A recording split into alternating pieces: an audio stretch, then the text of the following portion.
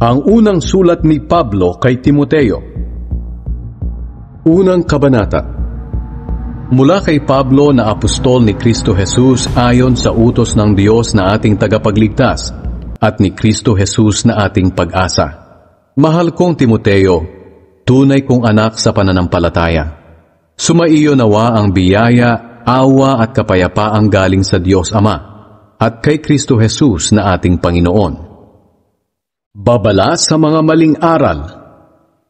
Gaya ng ibinilin ko sa iyo noong papunta ako sa Macedonia, manatili ka muna riyan sa Efeso para patigilin ang ilang tao riyan na nagtuturo ng maling doktrina.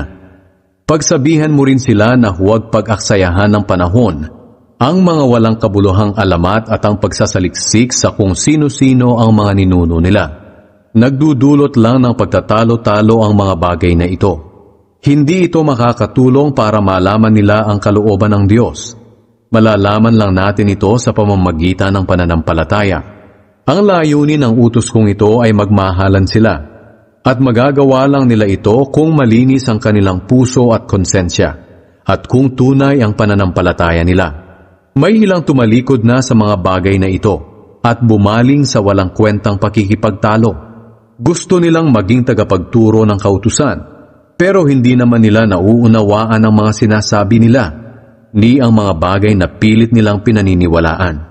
Alam nating mabuti ang kautusan kung ginagamit ito sa wastong paraan. Dapat nating alalahanin na hindi ibinigay ang kautusan para sa mga matuwid, kundi para sa mga lumalabag sa batas. Suwail, ayaw kumilala sa Diyos, makasalanan, walang hilig sa kabanalan, lapastangan, pumapatay sa sariling magulang at mga mamamatay tao. Ang kautusan ay binigay din para sa mga gumagawa ng sexual na imoralidad, mga nakikipagtalik sa kapwa lalaki, kidnapper, sinungaling at tumetestigo ng hindi totoo, at sa sino mang sumasalungat sa tamang aral na naaayon sa magandang balita ng dakila at mapagpalang Diyos. Ipinagkatiwala sa akin ang magandang balitang ito para ipahayag. Pasasalamat sa awa ng Diyos.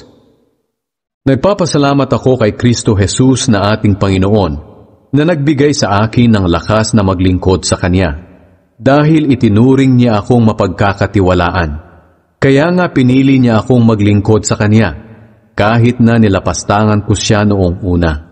Bukod pa riyan, inusig at nilait ko ang mga sumasampalataya sa Kanya. Ngunit kinaawaan ako ng Diyos dahil ginawa ko ito noong hindi pa ako sumasampalataya sa Kanya at hindi ko alam ang ginagawa ko. Sadyang napakalaki ng biyayang ipinagkaloob sa akin ng ating Panginoon, pati na ang pag-ibig at pananampalataya na napa sa atin dahil kay Kristo Jesus. Ito ang katotohanang dapat tanggapin at paniwalaan ng lahat. Naparito si Kristo Jesus sa mundo para iligtas ang mga makasalanan. At ako ang pinakamakasalanan sa lahat. Ngunit kinaawaan ako ng Diyos para maipakita ni Hesukristo sa pamamagitan ko kung gaano siya katiyaga sa mga makasalanan. Magsisilbing halimbawa ang ginawa ni Kristo sa akin para sa iba na sasampalataya sa Kanya na pagkakalooban niya ng buhay na walang hanggan. Purihin at dakilain magpakailanman ang Haring walang hanggan at walang kamatayan, ang di nakikita at nag-iisang Diyos. Amen. Timoteo, anak ko, ibinibilin ko sa iyo na huwag mong kalimutan ang sinabi noon ng mga propeta tungkol sa iyo, para magawa mo makipaglaban ng mabuti sa mga sumasalungat sa katotohanan. Ingatan mo ang pananampalataya mo at panatilihin mong malinis ang konsensya mo. May mga taong hindi nakinig sa konsensya nila at dahil dito, sinira nila ang kanilang pananampalataya. Kabilang narito sina Himeneo at Alexander na ipinaubaya ko na kay Satanas para maturuang huwag lumapastangan sa Diyos. Ikalawang kabanata. Mga bilin tungkol sa panalangin. Una sa lahat, ipinapakiusap kong ipanalangin niyo ang lahat ng tao. Ipaabot ninyo sa Diyos ang kahilingan niyo para sa kanila ng may pasasalamat. Ipanalangin niyo ang mga hari at mga may kapangyarihan para makapamuhay tayo ng tahimik at mapayapa na may kabanalan at tamang pag-uugali. Mabuti ito at nakalulugod sa Diyos na ating tagapagligtas. Nais niyang maligtas ang lahat ng tao at malaman ang katotohanan, sapagkat iisa lang ang Diyos at iisa lang ang tagapamagitan sa Diyos at sa mga tao.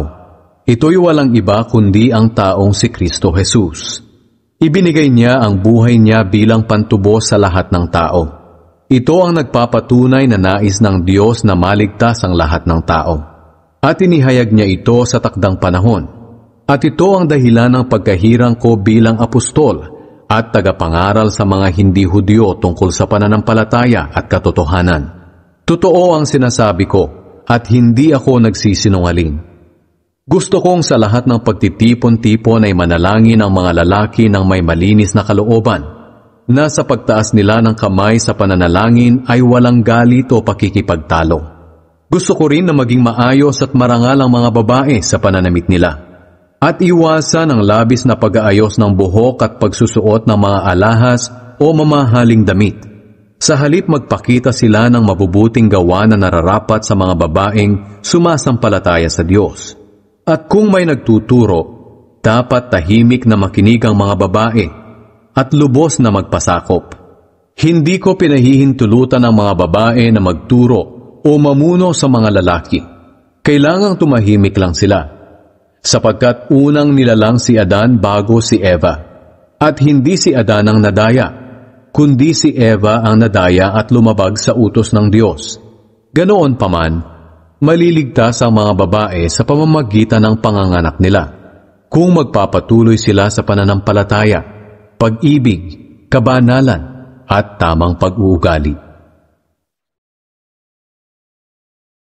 Ikatlong kabanata. Ang mga namumuno sa iglesia. Totoo ang kasabihan na ang nagnanais na mamuno sa iglesia ay nagnanais ng mabuting gawain. Kailangan na ang namumuno ay walang kapintasan. Iisa ang asawa. Marunong magpigil sa sarili. Marunong magpasya kung ano ang nararapat. Kagalang-galang, bukas ang tahanan sa mga tao, at magaling magturo. Hindi siya dapat lasenggo, hindi marahas kundi mahinahon, hindi palaaway, at hindi mukhang pera.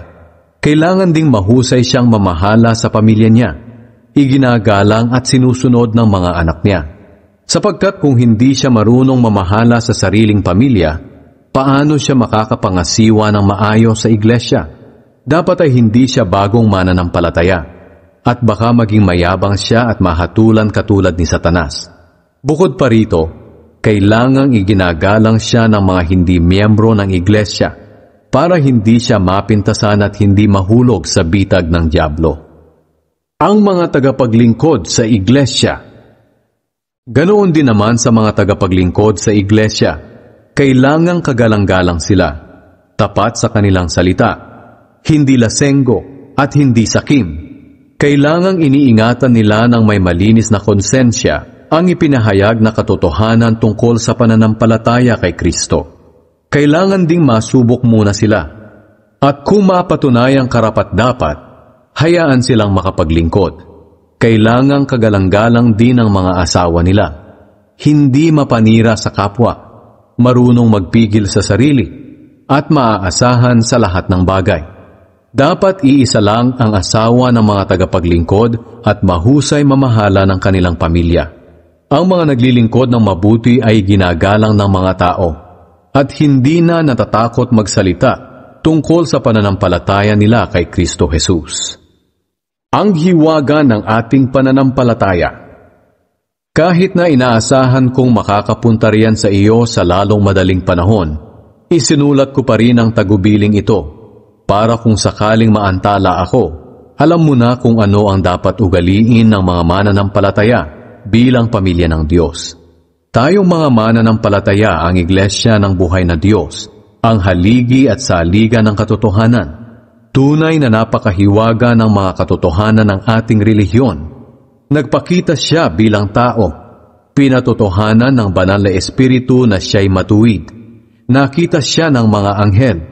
Ipinangaral sa mga bansa pinaniwalaan ng mundo, at dinala sa langit. Ika-4 na kabanata. Mga huwad at sinungaling na guro. Malinaw ang sinasabi ng banal na Espiritu na sa mga huling araw, tatalikod ang iba sa pananampalataya nila sa Diyos. Susunod sila sa mga mapanlinlang na mga espiritu at itinuturo ng mga demonyo. Ang mga aral na ito'y itinuturo ng mga taong mandaraya, sinungaling at walang konsensya. Ipinagbabawal nila ang pag-aasawa at ang ilang uri ng pagkain. Kahit na ginawa ng Diyos ang mga pagkain ito para tanggapin ang may pasasalamat na mga mananampalataya at nakakaalam sa katotohanan. Lahat ng nilikha ng Diyos ay mabuti at dapat walang ituring na masama kung tinatanggap ng may pasasalamat dahil nilinis ito ng salita ng Diyos at ng panalangin. Ang mabuting lingkod ni Kristo Jesus. Magiging mabuti kang lingkod ni Kristo Jesus kung ituturo mo sa mga kapatid ang mga bagay na ito. At sa pagtuturo mo sa kanila, lalago ka rin sa pamamagitan ng mga katotohanan ng pananampalataya natin at sa tunay na aral na sinusunod mo. Huwag mong pag-aksayahan ng panahon ng mga walang kabuluhang alamat na sabi-sabi lang ng matatanda.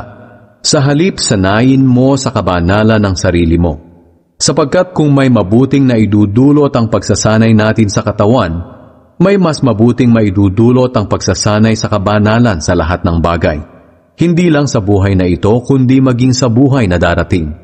Totoo ang kasabihang ito, at dapat tanggapin at paniwalaan ng lahat. At ito ang dahilan kung bakit nagsisikap at nagtitiyaga tayo sa pagtuturo sa mga tao. Dahil umaasa tayo sa Diyos na buhay, na siyang tagapagligtas ng lahat ng tao, lalo na ng mga mananampalataya. Ituro at ipatupad mo ang mga bagay na ito.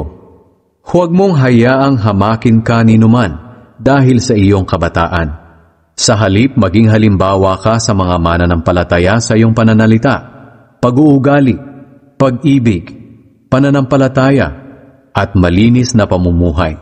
Habang wala pa ako riyan, gamitin mo ang panahon mo sa pagbabasa ng kasulatan sa mga tao, sa pangangaral at pagtuturo.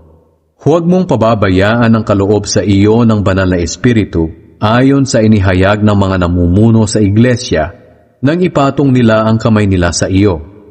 Gawin mo ang mga tungkuling ito at lubos mong italaga ang sarili mo sa mga ito para makita ng lahat ang paglago mo. Maging maingat ka sa pamumuhay at pagtuturo mo. Patuloy mong gawin ang mga bagay na ito para maligtas ka at ang mga nakikinig sa iyo. Ika-5 kabanata. Ang mga responsibilidad ng mga mananampalataya.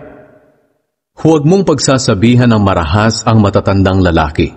Sa halip, kausapin mo sila na parang iyong ama. Ituring mo ang mga kabataang lalaki na parang mga kapatid at ang matatandang babae na parang iyong ina. Pakitunguhan mo ng may malinis na puso ang mga nakababatang babae na parang kapatid mo na rin. Bigyan mo ng kaukulang pansin at tulong ang mga biyuda na wala ng ibang inaasahan. Ngunit kung may mga anak o apo ang isang biyuda, sila ang dapat kumalinga sa kanya bilang pagpapakita ng takot nila sa Diyos at bilang pagtanaw ng utang na loob sa magulang nila, sapagkat nakalulugod ito sa Diyos. Ang biyudang nag-iisa na lang sa buhay ay umaasa na lang sa Diyos. Araw-gabi siyang nananalangin at humihingi ng tulong sa Diyos. Ngunit ang biyudang mahilig sa kalayawan ay patay na sa paningin ng Diyos, kahit na buhay pa siya. Ituro mo sa mga kapatid ang mga tuntuning ito upang walang masabing masama laban sa kanila. Ang sinumang hindi kumakalinga sa sariling kamag-anak, lalo na sa sariling pamilya, ay tumatalikod sa pananampalataya at masahol pa sa mga hindi mananampalataya. Ang isama mo lang sa listahan ng mga biyuda na tutulungan ay ang mga hindi bababa sa 60 taong gulang at naging tapat sa asawa niya. Kilala sa paggawa ng mabuti gaya ng maayos na pagpapalaki ng mga anak, bukas ang tahanan sa mga nakikituloy, naglilingkod sa mga pinabanal ng Diyos, tumutulong sa mga nangangailangan, at inilalaan ang sarili sa mabubuting gawa. Ngunit huwag mong isama sa listahan ng mga byuda na bata pa. Dahil kung dumating ang panahon na nais nilang mag-asawa ulit, mapapabayaan nila ang paglilingkod kay Kristo. At dahil dito magkakasala sila, dahil magiging walang saysayang pangako nila na maglingkod na lang kay Kristo. Maliban dito, matututo silang maging tamad at mag-aksaya ng panahon sa pangangapit bahay. Hindi lang sila magiging tamad, kundi magiging tsismosa at pakialamera, at kung ano-ano ang mga sinasabi. Kaya para sa akin, kung ganito lang ang mangyayari, mas mabuti pang muli na lang silang mag-asawa at magkaanak, at mag-asikaso sa sariling pamilya. Sa ganoon, walang masasabing masama ang mga sumasalungat sa atin. Sinasabi ko ito dahil may ilang byuda na ang tumalikod sa pananampalataya at sumusunod na kay Satanas. Kung ang isang mananampalatayang babae ay may kamag-anak na byuda, dapat niya itong tulungan. Sa ganoon, hindi mabibigatan ng iglesia sa pag-aaruga sa kanila, at matutulungan pa ang mga byuda na talagang wala nang inaasahan. Ang mga namumuno sa iglesia na naglilingkod ng mabuti ay dapat bigyan ng nararapat na sahod, lalo na ang mga naglilingkod sa pangangaral at pagtuturo ng salita ng Diyos. Sapagkat sinasabi sa kasulatan, huwag mong bubusalan ng baka habang gumigiik, at sinasabi pa, nararapat bigyan ng sahod ang manggagawa. Huwag mong papansinin ang paratang sa isang namumuno sa iglesia kung walang patutuo ng 2 o 3 saksi. At tungkol naman sa mga nagpapatuloy sa mga kasalanan nila, pagsabihan mo sila sa harap ng lahat ng mananampalataya para maging babala sa iba. Sa presensya ng Diyos at ni Kristo Jesus at ng kanyang mga anghel, iniuutos ko sa iyo na sundin mo ang mga utos na ito nang walang kinikilingan o kinakampihan. Huwag kang padalos-dalos sa pagpapatong ng kamay mo sa kahit sino para bigyan ng kapangyarihang mamuno sa iglesia. Ingatan mong huwag masangkot sa kasalanan ng iba. Manatili kang walang bahid ng kasalanan. Dahil sa madalas na pananakit ng sikmura mo, uminom ka ng kaunting alak. May mga taong lantad na lantad ang mga kasalanan nila bago pa man sila hatulan. Pero ang iba namay sa bandang huli na lang nalalantad ang kasalanan. Ganoon din naman, may mabubuting gawa na lantad na ngayon pa lang, habang ang iba naman ay malalantad din balang araw. Ika-6 na kabanata. Sa mga alipin na mananampalataya, dapat igalang nila ng lubos ang mga amo nila para walang masabi ang mga tao laban sa Diyos at sa itinuturo natin. At kung mga mananampalataya rin ang amo nila, hindi sila dapat mawala ng paggalang dahil lang sa magkakapatid sila sa pananampalataya. Sa halip lalo pa nga nilang dapat pagbutihin ang paglilingkod nila dahil kapwa mananampalataya ang nakikinabang sa paglilingkod nila at mahal din ng Diyos. Mga maling aral at ang pag-ibig sa salapi. Ituro mo ang mga bagay na ito at hikayatin silang sundin ito. Kung may nagtuturo man ng salungat dito at hindi naaayon sa tamang turo ng ating Panginoong Hesukristo at mga turo tungkol sa pagsunod sa Diyos, ang taong ito'y mayabang pero wala namang nalalaman. Gusto lang niya makipagtalo na nauuwi lang naman sa inggitan, alitan, paninira, pambibintang, at walang tigil na awayan. Ito ang ugali ng taong baluktot ang pag-iisip at hindi na nakakaalam ng katotohanan. Inaakala nilang ang kabanalan ay paraan ng pagpapayaman. Kung sa bagay, daig pa ng taong namumuhay ng banal at kontento na sa kalagayan ang mayaman. Ang totoo, wala tayong dinala sa mundong ito at wala rin tayong madadala pag alis dito. Kaya kung mayroon na tayong pagkain at pananamit, dapat na tayong makontento. Ang mga taong naghahangad yumaman ay nahuhulog sa tukso, sa isang bitag ng mapanira at walang kabuluhang mga hangarin na nagdadala sa kanila sa kapahamakan. Sapagkat ang pag-ibig sa salapi ang siyang ugat ng lahat ng kasamaan. Ang sobrang paghahangad ng salapi ang nagtulak sa iba na tumalikod sa pananampalataya at nagdulot ng maraming paghihinagpis sa buhay nila. Ngunit ikaw bilang lingkod ng Diyos, iwasan mo ang mga bagay na iyan. Sikapin mong mamuhay ng matuwid, banal, may matibay na pananampalataya, mapagmahal, mapagtiis, at mabait sa kapwa. Ipaglaban mong mabuti ang pananampalataya. Panghawakan mong mabuti ang buhay na walang hanggan. Dahil tinawag ka ng Diyos para sa buhay na ito, nang ipahayag mo ang pananampalataya mo sa harap ng maraming saksi. Sa presensya ng Diyos na nagbibigay buhay sa lahat, at sa presensya ni Kristo Jesus na nagpatotoo sa harap ni Poncio Pilato, inuutusan kitang sundin mong mabuti ang mga iniutos sa iyo, para walang masabi laban sa iyo. Gawin mo ito hanggang sa pagdating ng ating Panginoong Hesukristo. Sa takdang panahon, ihahayag siya ng dakila at makapangyarihang Diyos, ang Hari ng mga hari at Panginoon ng mga Panginoon. Siya lang ang walang kamatayan at nananahan sa di malapit-lapitang liwanag. Hindi siya nakita o maaaring makita ni numan. Sa Kanya ang karangalan at walang hanggang kapangyarihan. Amen. Sabihin mo sa mga mayayaman sa mundong ito na huwag silang maging mayabang o umasa sa kayamanan nilang madaling mawala. Sa halip, umasa sila sa Diyos na nagkakaloob sa atin ng lahat ng bagay na ikasisiya natin. Turuan mo silang gumawa ng mabuti, maging mayaman sa mabubuting gawa, at mapagbigay at matulungin sa kapwa. Sa ganoon makapag-iipon sila ng kayamanan sa langit na hindi mawawala at matatamo nila ang tunay na buhay. Timoteo, ingatan mo ang mga aral na ipinagkatiwala sa iyo. Iwasan mo ang mga walang kabuluhang usap-usapan na ipinapalagay ng iba na karunungan, pero sumasalungat sa itinuturo natin. Dahil sa ganyang pagmamarunong ng ilan, naligaw tuloy sila sa pananampalataya. Pagpalain ka nawa ng Diyos. Mga minamahal kong mananampalataya, kabutihan at biyaya ng Panginoon ang sumainyo, gabay at patnubay ng may kapal, ay tumahan sa inyong buhay, maging huwaran at tularan, nawa kayo sa pakikinig sa banal na aklat.